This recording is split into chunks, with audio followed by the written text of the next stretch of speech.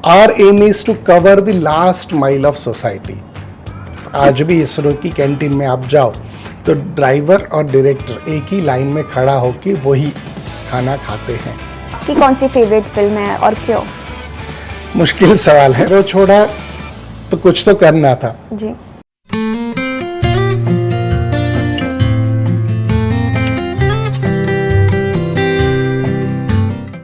कभी कभी एक कहानी 1000 शब्दों से ज़्यादा असर छोड़ जाती है। नमस्कार, मैं हूँ Khyati Yadav and welcome to today show. आज हमारे साथ एक ऐसे गेस्ट हैं जिनके पास फिल्म मेकिंग की दुनिया में 30 साल से भी ज़्यादा का एक्सपीरियंस है। He is an award winning film maker, educator and media consultant. इन्होंने इसरो के साथ 21 साल तक काम किया है as a senior producer and project manager. इस टाइम ड्यूरेशन में इन्होंने 600 से ज़्यादा डॉक्यूमेंट्री फिल्म्स और टेलीविज़न प्रोग्राम्स डायरेक्ट और प्रोड्यूस किए हैं। उनका काम सिर्फ फिल्म मेकिंग तक लिमिटेड नहीं है, बल्कि social development, human rights, women empowerment और साइंस जैसे इम्पॉर्टेंट सब्जेक्ट्स को भी कवर करता है। उनकी फिल्म्स इंटरनेशनल फिल्म फेस्टिवल में शोकेस हो चुकी है और उन्होंने मल्टीपल इंटरनेशनल अवार्ड भी मिल चुके हैं।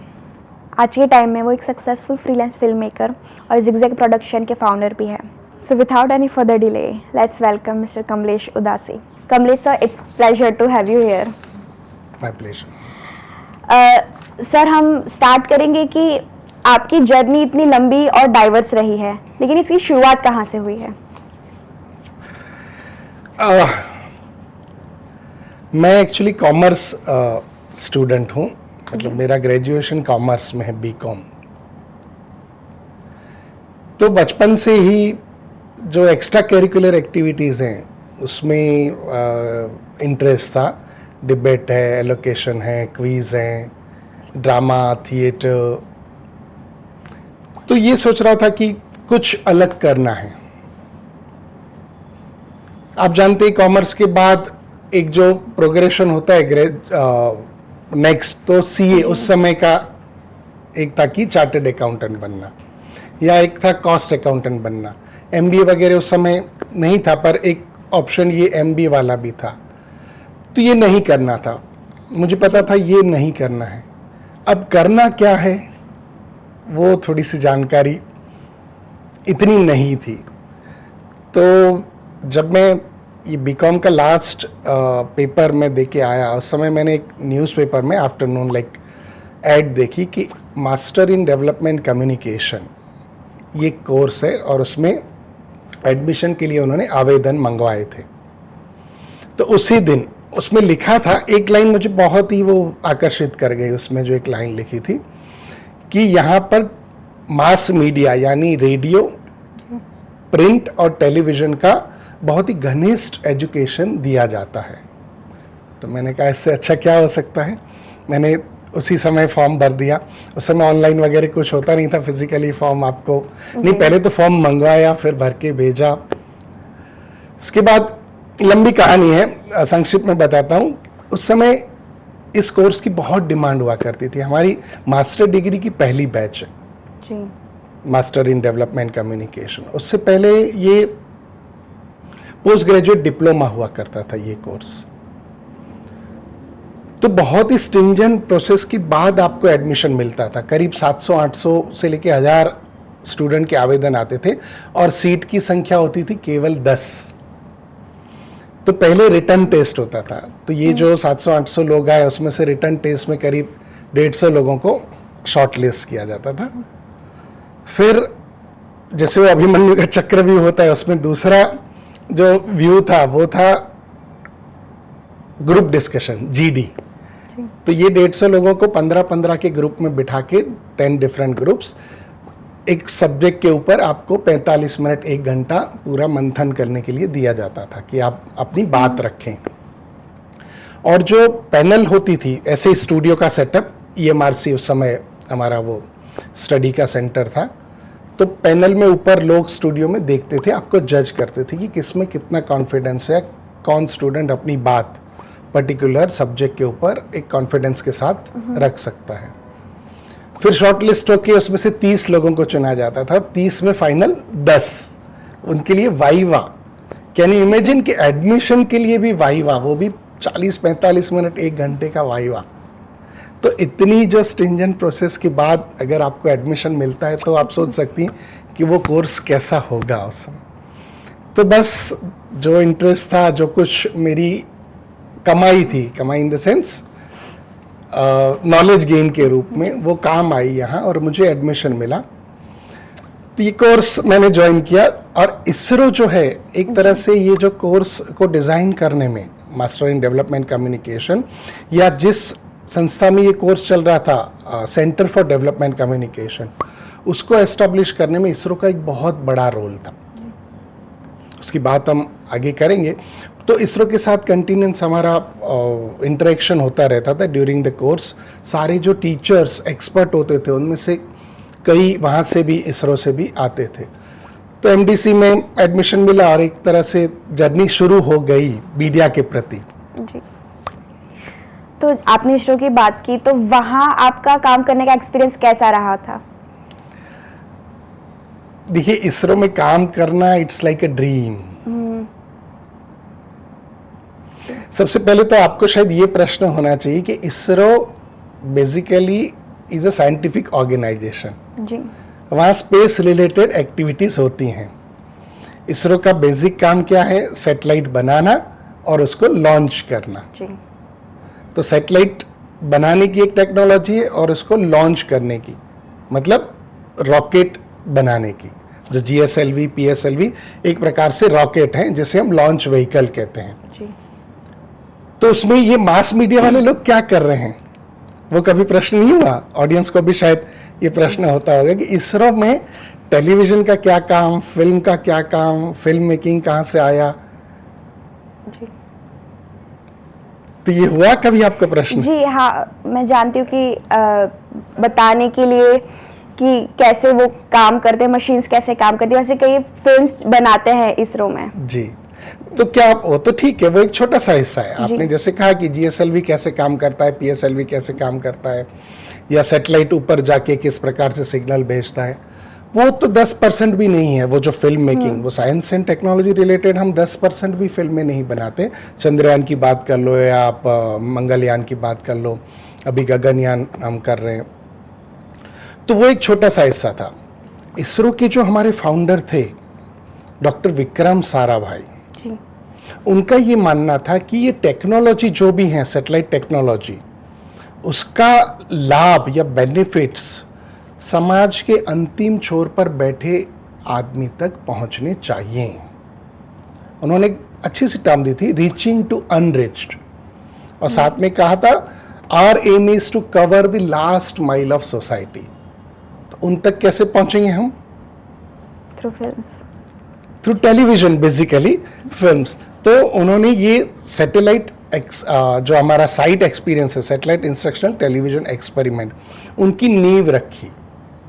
जी, वहाँ से इसरो में ये टेलीविज़न प्रोडक्शन के बीज बोए गए और मैं उनमें से बाद में एक बना। उस समय तो मैं नहीं था, ये 75 की बात है। मैंने इसरो ज्वाइन किया 92 में। जी, तो एक लेगेसी जो हमें मिली कि social development through television, satellite instructional television experiment का मुख्य उद्देश्य यह था कि समाज के जिस हिस्से में इंफॉर्मेशन के अभाव में डेवलपमेंट में बाधा आती है, वहां तक पहुंचना। तो ये काम था। बहुत सारे सोशल इश्यूज आपने कुछ लिस्ट किए इंट्रोडक्शन में, वाटरशेड मैनेजमेंट हो, विमेन एम्पावरमेंट हो, या सोशल इश्यूज हो, सोशल एविल्स हो, डॉवरी हो, या आपने कहा ये नशा मुक्ति हो, उस समय भी थे। एग्रीकल्चर को एडवांस फार्मिंग कैसे हम दे पाए, तो उस समय इन सारे इश्यूज पे बहुत सारी फिल्में हमारे सीनियर्स ने भी बनाई, बाद में हमने भी उसे कैरी किया। तो ये एक इसरो का एक छोटा सा इतिहास है। मेरा एक्सपीरियंस बहुत अच्छा रहा। आप पूछती हैं कि जैसे कहा मैंने, एक ड्रीम होता है इसरो में काम करना। फ्रीडम बहुत मिली मुझे। I was lucky enough, like कि जो भी हमारे बॉसेस थे, बॉसेस तो नहीं होता इसरो में, सभी लोग समान हैं। आज भी इसरो की कैंटीन में आप जाओ तो ड्राइवर और डायरेक्टर एक ही लाइन में खड़ा होकर वही खाना खाते हैं। आपकी फाइल आपको खुद ले जानी पड़ती है, प्यून वाला कंसेप्ट नहीं है। तो अच्छा काम करने का अवसर मिला और करते गए। और आपने जैसे कहा कि 600 से ज़्यादा आपने प्रोजेक्ट्स किए हैं, तो कभी ऐसा हुआ कि आपके पास वही सेम स्टोरी आ रही है या स्टोरी रिपीट हो रही है, या हर बार आपको एक नई स्टोरी मिल जाती थी? स्टोरी को नई बनानी पड़ती है। जैसे फीचर फिल्म में आप देखो 30,000 से ज़्यादा फिल्में बन चुकी हैं आज तक। If you broadly divide all this 30,000 films, तो जिसको आप जॉनर कहते हो आजकल, तो वो 5 या 6 हैं। पर सबका कहानी का कहने का अंदाज अलग है, तो अलग आपको बनानी पड़ती हैं। बेसिकली इश्यूज हमारे इतने गहन थे, डीप थे, सोशल रिलेवेंस के। और डॉक्यूमेंट्री में क्या होता है, अनलाइक फिक्शंस, आप रियल लाइफ कैरेक्टर के साथ काम करते हो, तो हर समय आपके कैरेक्टर्स अलग होते हैं। अगर फार्मर्स के लिए भी काम कर रहे हो तो गुजरात के फार्मर्स की समस्या अलग है। मध्य प्रदेश, जहाँ हमने प्रोजेक्ट किया, एक ट्राइबल डिस्ट्रिक्ट है झाबुआ, वहाँ के फार्मर्स की समस्या अलग है। वुमेन एम्पावरमेंट की बात करो तो जो गांव की महिलाएं हैं उनका एम्पावरमेंट का पूरा कंसेप्ट अलग है, टाउन वाली महिलाओं का अलग है, और शहर वाली हमारे जैसे जो मेट्रो है उनका अलग है। तो अलग अलग इश्यूज पे अलग अलग तरह से काम करने का अवसर मिला और करते गए। रिपीटेशन 2 तरह से मैं आपको बताऊं। एक तो सब्जेक्ट का रिपीटेशन अगर हो भी रहा है तो आप अपनी प्रेजेंटेशन की स्टाइल को कुछ बदल दीजिए। जो कहते हैं ना, कहानी को कहने का ढंग, वो अगर अलग हो आपका, तो कुछ भी आपको मोनोटोनस नहीं फील होता। जी। और आपने जितनी फिल्में बनाई उनमें से आपकी कौन सी फेवरेट फिल्म है और क्यों? मुश्किल सवाल है। वैसे मैं डिप्लोमेटिक आंसर ऐसा नहीं दूंगा कि सारी फिल्में मुझे पसंद है या मेरे दिल के करीब है, पर कुछ फिल्में हाँ जरूर हैं। जिसमें मैंने एक फिल्म बनाई थी, the other side of the wall. वो फिल्म है प्रिजनर्स के ऊपर, जो कैदी हैं 10 साल, 12 साल, 14 साल, 20 साल से दीवार की उस तरफ रह रहे हैं, जिनके बारे में हमें नहीं पता या आम आदमी को नहीं पता। तो उनके साथ रहकर मैंने जो फिल्म बनाई, उनको करीब से जानने का अवसर मुझे मिला, उनकी लाइफ में झांकने का अवसर मिला, देखने का, उनकी तकलीफ़ों को, उनकी पीड़ाओं को, उनकी प्लाइट को समझने का अवसर मिला। ये एक बहुत ही मेरे लिए एक अच्छा एक्सपीरियंस था। सेकंड एक मेरी फिल्म है, एक नहीं फिर तो सीरीज ऑफ फिल्म्स है। मैंने Agariya community, salt pan workers, शायद आप जानते हो, ऑडियंस में से कुछ लोग जानते हो, तो हमारा गुजरात में नमक की खेती होती है। और गुजरात में देश का जो नमक का 70% गुजरात में प्रोड्यूस होता है। तो जो नमक की खेती करते हैं, जिन्हें हम गुजरात में अगरिया कम्युनिटी के नाम से जानते हैं, उसे हम सॉल्ट पेन वर्कर्स कहते हैं, उनके बच्चों की लाइफ के ऊपर मैंने एक फिल्म बनाई। तो उसका टाइटल था चिल्ड्रन ऑफ मिराज। मिराज आपको पता है कि जैसे जैसे आप आगे जाते जाओ, पानी की एक आभासी आपको वो मिलती हैं, तो चिल्ड्रन ऑफ मिराज।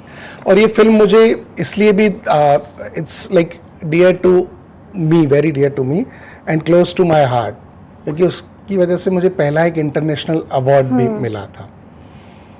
तो ये बच्चों, उनकी, अगर समय है तो मैं आपको एक संक्षिप्त में बताऊं इस फिल्म का विचार मुझे कैसे आया। जी बिल्कुल सर। मैं किसी और फिल्म की, मतलब डॉक्यूमेंट्री फिल्म की शूटिंग के संदर्भ में, ये लिटिल रन ऑफ कच्छ जो है एरिया, पाटड़ी, वहाँ पे गया था। विषय वो था कि राष्ट्रपति के अवार्ड से सम्मानित कुछ ऐसे शिक्षक हैं जिन्होंने इनोवेटिव मेथड्स को अपनाकर एजुकेशन को एक बहुत ही सरल बनाया। ऐसे 19 टीचरों का डॉक्यूमेंटेशन IIM के प्रोफेसर अनिल गुप्ता जी ने किया था। तो इन सारे टीचर्स के ऊपर मैं एक एक फिल्म बना रहा था। और इस सीरीज का नाम था टीचर्स एज ट्रांसफॉर्मर, शिक्षक एक परिवर्तक, कि कैसे शिक्षक अपनी एक इनोवेटिव मेथड से समाज में परिवर्तन ला सकता है। तो एक टीचर वहीं के थे, पाटड़ी विलेज के, तो हम वहाँ कर रहे थे, तो किसी ने कहा उस दिन शाम को कि आपको समय है तो हम रण में जाएं, रण मतलब डेजर्ट में जाएं। मैंने कहा क्या करना है वहाँ? तो उन्होंने कहा हमने कुछ स्कूल्स बच्चों के लिए बनाई हैं, उससे आप देखिए। तो दूसरे दिन हम गए वहाँ, मैंने देखा। अब ये जो कम्युनिटी है, अगरिया कम्युनिटी, वो साल में 8 से 9 महीना डेजर्ट में जाकर रहते हैं, माइग्रेट करके अपने गांव छोड़कर, और वहाँ छोटे छोटे झोंपड़े बनाकर रहते हैं डेजर्ट में, और नमक की खेती करते हैं। 9 महीना ये काम होता है, बारिश के 3 महीना वो गांव में वापस आते हैं। अब अपना सारा परिवार छोड़ के जाते हैं, तो बच्चों को भी उनके साथ वहाँ जाना पड़ता है, वो भी माइग्रेट करके जाते हैं वहाँ। अब नेचुरली माइग्रेट करके वहाँ जाएंगे डेजर्ट में, तो वहाँ तो छोटा कंतान और उसका बांस का, बाम्बू का टेंट बना के रहते हैं। अब उनके एजुकेशन का क्या? 9 महीना क्या करेंगे? एजुकेशन तो छोड़िए, वो एक्टिविटी क्या करेंगे बच्चे? जी। एक घास का तिनका जहाँ नहीं है, जहाँ नजर करो बिल्कुल दूर तक एक असीम रण है, वहाँ बच्चे पूरा दिन अकेले वो नमक के जो क्रिस्टल्स होते हैं ना, जैसे हम सॉल्ट क्रिस्टल करते हैं, उसके साथ खेला करते हैं। तो इमीडिएटली मैंने जक्स्टापोज किया, उस समय मेरा बेटा 5 साल का था।